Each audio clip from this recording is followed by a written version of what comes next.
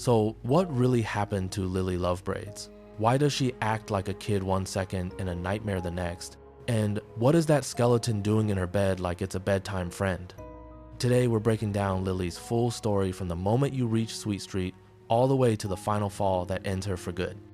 And when we get to the ending, I'll explain the biggest reveal about who Lily truly is, why the prototype kept her locked away for 410 days, and what that means for the whole Playtime Co. story going forward. Because Lily isn't just another monster toy, she's a person who got turned into a toy as revenge and then got mentally ripped in half. And once you see the clues in the mansion, the audio tape, the notes, and that hidden room, her entire party starts to look like a broken mind trying to pretend nothing bad ever happened. Alright, let's go step by step, because the order matters a lot here. We start with you doing something that feels simple, but it's the first big sign you're being pulled toward Lily on purpose. You sneak past Huggy, find and place 3 batteries, and open that giant purple door. And the moment that door opens, the game tone changes. It's still scary, but it's also weirdly playful. Like someone decorated a nightmare with crayons. That door leads into Sweet Street. And Sweet Street looks like a kid's idea of a perfect place. Bright stuff, toy-like props, and that knockoff Huggy Mobile sitting there like a joke that isn't funny. But even here, you can't just walk forward. You have to use your pressure hand, smash part of the structure from above, and reveal a power receiver so you can keep moving deeper. This is important because it shows the whole area is built like a stage. Things are hidden until you perform the right action. It's like the place is waiting for you to play along. And once you push through the purple gates and you think you're reaching the end of this little section, that's when Lily Lovebraids finally shows herself. And her first vibe is honestly one of the creepiest introductions in the series because she doesn't act like she's hunting you. She acts like she's been waiting for you. Not in a "I'm going to kill you" way at first. More like, you came, you actually came. She's excited, she's happy, she's almost jumping out of her skin, and she's holding a decapitated candy cat head like it's her best friend. Not like a weapon, not like a trophy, like a puppet. She speaks to Candy Cat, and she speaks as Candy Cat, like she's doing 2 voices in a pretend game. Candy Cat says something that sounds like suspicion, like, "I don't think you're here for the party." But Lily shuts that down fast, like she refuses to even imagine a world where you're not here for her. She brushes it off and basically goes, "Then why would you be here?" And then she untangles her hair like she's getting ready for a big moment, and she decides right there that you're coming with her. She takes you away toward the party. And when she says party, she means it. In her head, this is real. You end up being brought into this purple childlike mansion, and the first thing that happens is so small, but it tells you everything about her brain. Candy Cat insults you, says you stink. Lily scolds him like a mom correcting a kid, like she wants to be polite, like manners still matter. And it's also a nasty little reminder of what you've been through to get here. Because yeah, you probably do smell like blood, rust, sweat, old water, and death. You're crawling through a factory full of horror. A bubble bath isn't fixing that. But Lily doesn't focus on the reality. She swerves right back to the pretend game. Because pretend is the only place she feels safe. So she gives you your first party task. She tells you to go to the basement oven and bring her crumpets. And it's said in that sweet voice that almost sounds normal, but the words are wrong. She calls you a good toy, like you're not a person, like you're a helper doll. And that's the trick with Lily. She's polite, but she's also already decided what you are. So you head down to the basement, and that's where the real shock hits. Because down there, behind all the tea party nonsense, you find Kissy and Poppy trapped in a cell. Not just any cell. It's the exact one from the trailer moment everyone remembered. The same setup, the same feeling. And it instantly makes you realize Lily's mansion isn't just her home. It's a prison area, a place where toys get kept, like props in her story. When you reach them, there's this tense, emotional moment where Poppy is surprised you're even there, and she starts apologizing. Not in a quick, "my bad" way. It's one of those apologies that sounds like it's been stuck in her throat for a long time. She admits what she did, the abandoning, the manipulating, the way she used you, and she asks you to help break them out. So now you've got your real mission. You're not here for crumpets. You're here to get them out alive, but you still have to play Lily's game, because if you don't get another chance. So you go back upstairs and give Lily the crumpets. And Lily says something that should make your skin crawl if you catch it. She points out that you weren't talking to anyone. That line sounds small, but it's huge, because it means she knows you were down there with Poppy and Kissy. Or at least, she suspects. And she's testing you. And right after that, she moves you into the next party step. You need to gather the guests, but the guests aren't living toys. They're just 3 dead, lifeless toys you drag back like dolls at a kid's table. And Lily acts like it's totally normal. She sits them down, talks to them, comments on what you've been doing, teases you like she's watching you the whole time. There are lines that feel like she's accusing you without saying it straight, like she's sniffing out lies. And she keeps repeating the same kind of good toy behavior stuff, like washing hands, like manners, like rules. That's another important pattern. Lily's world is rules. Rules are what keep her calm, and when rules break, she breaks. You bring all 3 guests back, set them at the table, and Lily gets even more excited, like this is the best day ever, like she's finally not alone. Then she says she has to get ready, and now comes the moment that changes everything. Because Lily brings you into the kitchen for final preparations, but while she's busy cleaning and talking about the mess, she sends you upstairs to put her recipe book away in a bookshelf near the attic. And the game is basically daring you, because it knows what you're going to do. You put the book away, and something feels off. And sure enough, you find it, a hidden room behind a wall near that same bookshelf. This secret room is one of the biggest story bombs in Chapter 5 because it shows you who Lily really is underneath the party mask. Inside, you find a poster that connects to something Lily had been acting weird about earlier, like she was whispering about it, like it mattered more than the tea party props.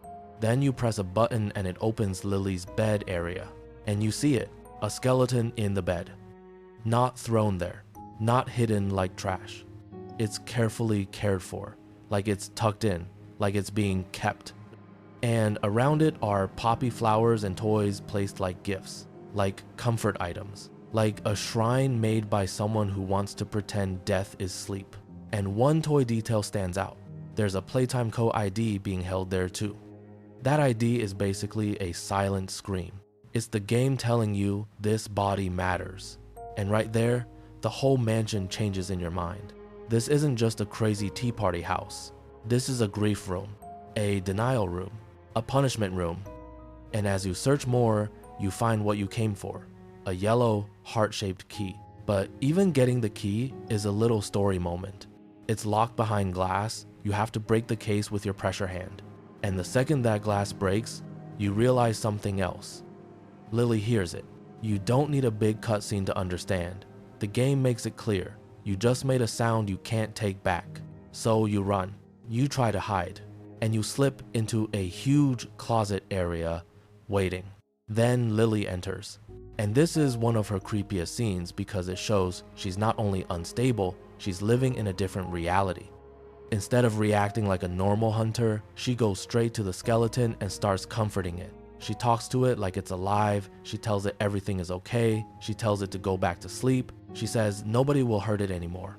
That line is loaded. Nobody will hurt you anymore. That's not something you say to a random corpse unless you're replaying something in your head, like you're remembering violence, or you're trying to undo it, or you're trying to convince yourself you're the good one now. And then Lily shifts again, talking to Candy Cat, basically saying someone's been in her room and someone is going in the box. That box is important too, because later we learn what the bad toy box really means. It's not a timeout corner. It's a shredder, a death sentence. So now you've got the key, and you know Lily is actively hunting you. That means the rescue has to happen now, before she catches you, before she locks everything down, before she decides you're a bad toy. So you go back down to the basement to free Poppy and Kissy. You try to use the yellow key, but Lily's braid is blocking the lock. And this is where her body design becomes part of the story. Her hair isn't just decoration, it's a living tool. It's like extra arms. It's security. You can't just open the door like normal. So you find another way.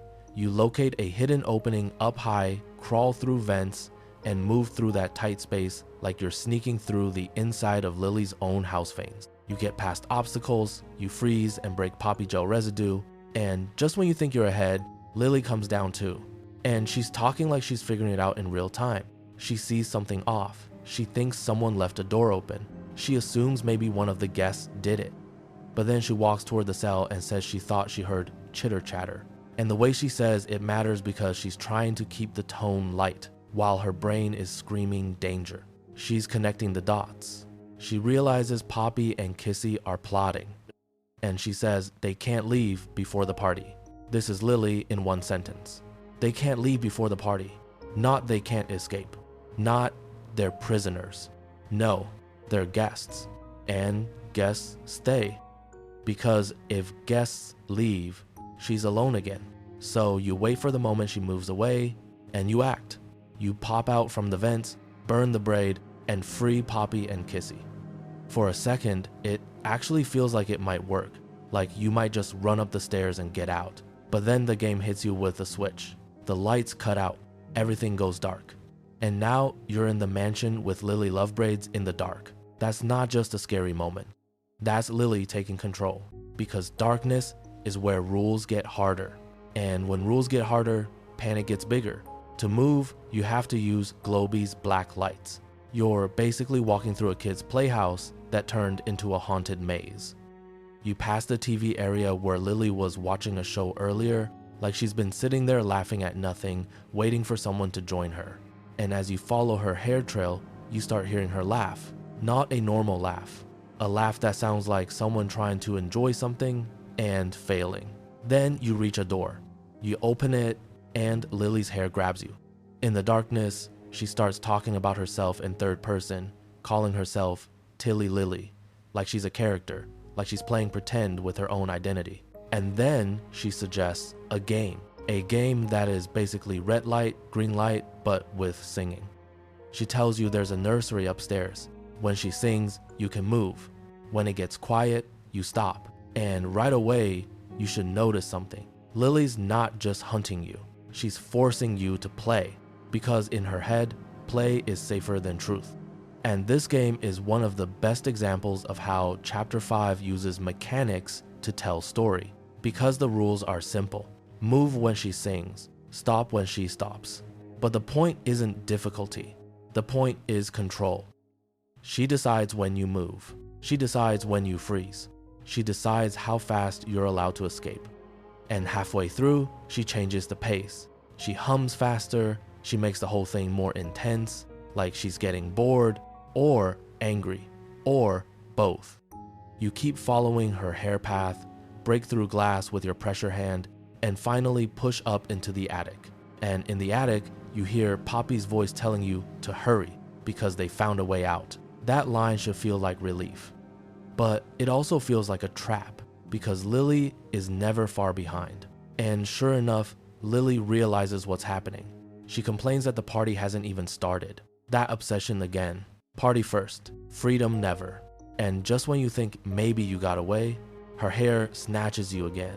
And the moment is disorienting. You're flipped, you're dragged, you're forced to face her. And Lily is still stuck on that same idea. You can't miss the tea party. Then we cut to the party scene. You're all around the table. You, the three fake guests, Poppy and Kissy. This is where Lily's fantasy is at its strongest, and it's also where it starts to crack. Because with real people at the table, the lie has to work harder. And we see Lily talk out of turn, Candy Cat gets skewered, Lily gets smacked for not keeping her hands to herself. And that detail matters, because it shows Lily is not the only one with rage and trauma here. The whole place is violence under paint. Then it becomes a chase. You run up the stairs. Lily bursts through doors trying to reach you. And as she chases you across the mansion, her lines get more honest. She starts calling you a bad toy. She starts talking about the toy box. She starts saying stuff like, if she can't go somewhere better, you can't either. That's another big clue. Lily isn't chasing you just because you escaped. She's chasing you because she believes you're taking the only thing she has left, her normal, her friends, her party. So the chase pushes outside, and we reach the final moment on this cloud platform. Lily uses her braids to pull herself up, and she starts listing what she did for you, like letting you into her home, letting you sit at her table, like she gave you a gift.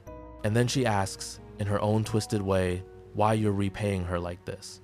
And that's when you use your pressurized grab pack hand to break a supporting cable holding the cloud platform. Lily scrambles. She tries to climb back, but she falls, a long fall. And for a second you might think, okay, she's gone. But chapter 5 doesn't end it softly, because right after, the platform fully detaches from the last cable and drops right on top of Lily. That's the final stamp. That's the game saying no return. Lily Lovebraids is put down for good. So that answers the first part. What happened to Lily in the story events? She dies, crushed under the thing she was clinging to. A fake cloud, a fake happy place, a fake party. But the bigger question is the one everyone cares about. Who was Lily really? Why was she like this? And what was that skeleton? Here's where the ending details matter, because chapter 5 doesn't just kill Lily. It tells you what she actually is, and is darker than most people expected. First, the popular theory that Lily was Stella Graber? Wrong. Chapter 5 basically destroys that idea. The truth is, Lily Lovebraids is Gracie Green, Miss Gracie. And this is huge because it means Lily is not just a random experiment. She was staff, not a victim at first, a worker inside Playtime Co. And not just any worker.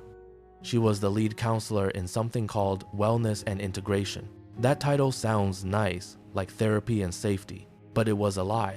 Her job was brainwashing, making videos that would push new experiments to forget who they used to be and accept being toys. That means her voice, her lessons, her calm, good toy talk. It wasn't just Lily being weird. It was her old job leaking through. She trained toys to behave, to follow rules, to submit, and it gets worse. The story connects her to the bad toy box. That's the same idea Lily threatens you with when she says someone is going in the box. The bad toy box is basically a system to remove problem toys, and it's also called the shredder.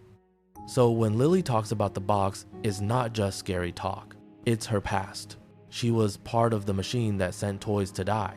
And if she trained Huggy Wuggy and other experiments to throw innocent toys into that box, then what happens next in the story feels like karma, because the Hour of Joy happens.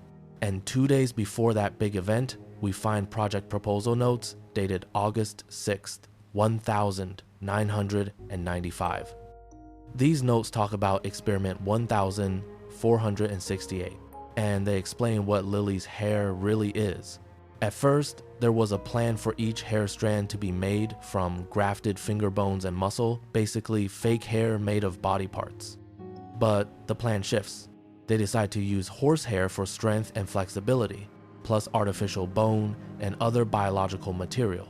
And then the most important part, they talk about neural integration protocols, meaning her brain will be connected to the hair.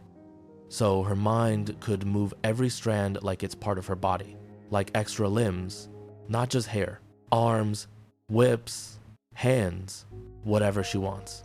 And they even mention pain responses, meaning she can feel through it. So Lily isn't just strong. She's built like a nervous system weapon, a toy body that can control dozens of limbs at once. And then the story jumps into the Hour of Joy. Gracie locks herself in her studio during the chaos. You can picture it, alarms, screams, toys going wild, and her hiding like she can undo everything by closing a door. She talks to someone named Todd over a radio, trying to get help, trying to understand what's happening.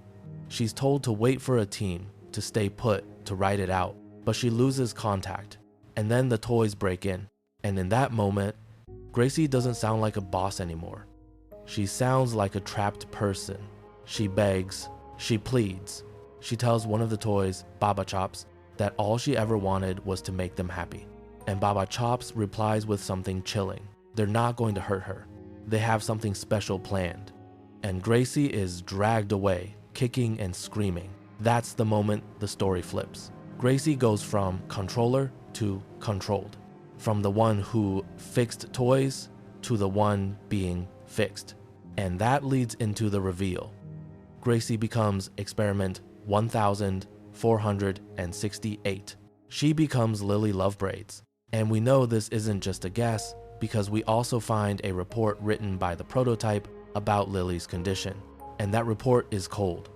No sympathy, no forgiveness. It says Lily has been in continuous isolation for 410 days, only bare minimum food and water. It calls her childishly naive and totally ignorant of her crimes. And then the prototype says something that explains Lily's entire personality. She will not be allowed to join them, and she will not be allowed a quick death. That means Lily wasn't just made as an experiment. She was kept alive as punishment, locked away long enough that her mind broke into a childlike fantasy where tea party replaces I deserve this. 410 days is over a year. Over a year with no real social life, no real conversation, no one grounding her, no one telling her what's real, just silence and her own thoughts and the memories she can't face. So she makes a new world, a mansion that feels like a kid's dream, a table with guests that don't talk back, a candy cat head she can control because it's easier than dealing with real people. Rules like wash your hands because rules feel safe. A party that has to happen because if it doesn't happen, she has to sit with the truth. And then we find Lily's own writing too, and it's basically the inside of her spiral. She writes about someone not coming, none of them coming. She asks why everyone hates her. She tells herself to breathe. She talks about covering up a hole with a poster so he won't see the mess. And she even uses a strange name for herself, like Lily Billy, like she's talking to a different version of herself. That's the split happening. And the audio tape confirms it even harder. There's an audio tape titled 96 Isolation Day 122. Even the title lines up with the prototype's report about her isolation. And in the tape, you hear Lily's mind wrestling with her old identity. She hears Miss Gracie's voice, and it's like she forgets that Miss Gracie is her. She talks like Miss Gracie is a separate person, like a teacher on a screen, like someone giving lessons. Then she looks at herself and realizes her hands are plastic, her face is plastic, and she freaks out. But then she forces herself back into the good toy talk. She promises she's good. She clings to the tea party idea again. Crumpets, friends, stop and start, rules. It's like her brain can't stay in reality for more than a second without pain hitting. So she escapes into play. Now, what about the skeleton? This is the piece that makes everyone's head spin, because the story basically tells you that the skeleton is Miss Gracie's body shown by the Playtime Co ID near it. So how can Lily be Gracie, while Gracie's body is also right there in the bed? That's the question Chapter 5 leaves hanging, and it's not a small one. Here are the cleanest ways to understand it without forcing something that doesn't fit. One idea is that Lily is not Gracie's body turned into a toy. She might be Gracie's mind and self transferred into a toy body while her original human body was kept and placed there as part of the punishment. That would be the most cruel version of the prototype's line, no quick death. Because imagine waking up as a toy and the old you is dead in the next room, like a reminder, a trophy, a warning, a way to make sure you never forget what you lost. Another idea is that Lily, in her broken mind, collected what was left of Gracie after the transformation. Like the prototype did something so violent that Gracie's original body didn't come along, and Lily later found it, dragged it into bed, and treated it like a sleeping friend. That fits Lily's behavior perfectly. She tells it to go back to sleep. She protects it. She surrounds it with flowers and toys like she's decorating a safe place, because she can't accept that it's dead. And in a weird way, she might think that skeleton is the real Gracie, and Lily is just the toy version that is trying to be good enough to earn love again. There's also a darker possibility. The skeleton is there because Lily did something terrible during her breakdown. Maybe she hurt someone, or she caused something, and that body became the center of her guilt. She keeps it close so she can pretend she's caring for it, like that makes it okay. But based on the details we actually see, the strongest connection is this. The skeleton is Gracie's past self, and Lily is what's left, a mind shoved into a new shape, a mind that can't carry guilt in a straight line, so it bends it into games. That's why she's ignorant of her crimes, like the prototype says, not because she never did them, but because she can't face them. So her brain makes a child version of her that only knows rules and parties and friends. And when something threatens that fantasy, she snaps. That's why Lily swings between sweet and terrifying. Because when you follow her rules, she can pretend. When you break her rules, reality attacks her. And she attacks back. Now let's connect this back to the actual ending and what it means. When Lily calls you a bad toy, she's doing what Miss Gracie did. Labeling, sorting, deciding who deserves to stay and who deserves the box. And when Lily says the bad toy box, she's not making it up.